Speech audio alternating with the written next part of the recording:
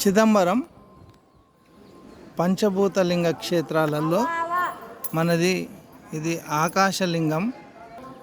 ఇక్కడ శివుడు అమ్మవారు నృత్యం కోసం వచ్చిన ఇక్కడ ఉండడానికి క్షేత్రాన్ని ఎన్నుకున్నారు. ఈ స్థలాన్ని ఇది చిదంబరం. ఇక్కడ న్యాయ నిర్మేతగా విష్ణుదేవుడు వచ్చారు.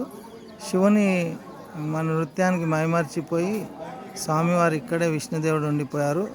లక్ష్మీమాత ఉన్నారు. సుదర్శన శంఖచక్ర నరసింహస్వామి ఉన్నారు. యోగ నరసింహస్వామి ఉన్నారు. కాలభైరవ ఉన్నారు. దక్షిణామూర్తి ఉన్నారు. కాల సంహారమూర్తి ఉన్నారు. కల్పవృక్షం ఉంది. కామదేవుడు ఉన్నాడు. బ్రహ్మదేవుడు ఉన్నారు. చండికేశ్వర స్వామి ఉన్నారు. ఇక్కడ ప్రత్యేకంగా చెప్పవలసింది స్వామివారు నటరాజ రూపంలో ఉన్నారు. అట్లానే స్ఫటికలింగ రూపంలో ఉన్నారు. చిదంబర రహస్యం స్వామివారు బంగారు బిల్వపత్రిలతో మనకు ఉంటుంది. స్వామివారి దర్శన భాగ్యం 3 రూపాలలో ఉంటారు. ఇక్కడ రత్న సభాపతి కూడా ఉన్నారు.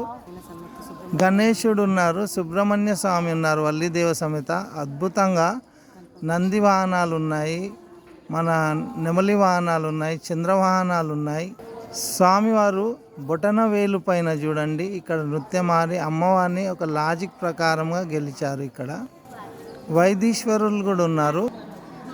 స్వామివారు సర్వేశ్వరుడుగా ఇక్కడ ఉన్నారు. బొటన వేలు పైన ఆడిన క్షేత్రం కూడా దర్శన భాగ్యం స్వామివారు అక్కడ మనకు ఉంటారు. పంచభూత లింగ క్షేత్రాలలో మనకు చిదంబరం ఆకాశలింగము, శ్రీకాళహస్తి వాయులింగము, అరుణాచలం అగ్నిలింగము, జంబకేశ్వర స్వామి జలలింగము, ఏకాంబర స్వామి కంచిలో ఉన్నారు.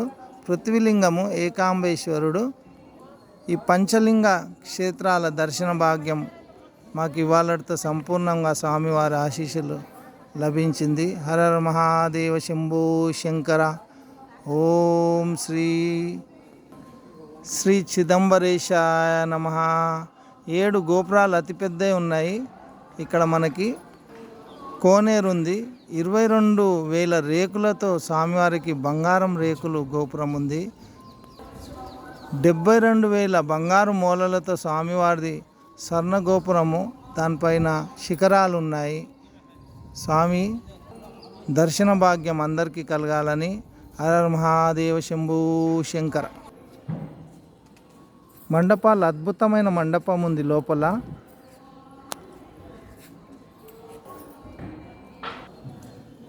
చిదంబరంలో పాండిచేరికి దగ్గర చిదంబరము ఈస్ట్ గోపురం ఇది.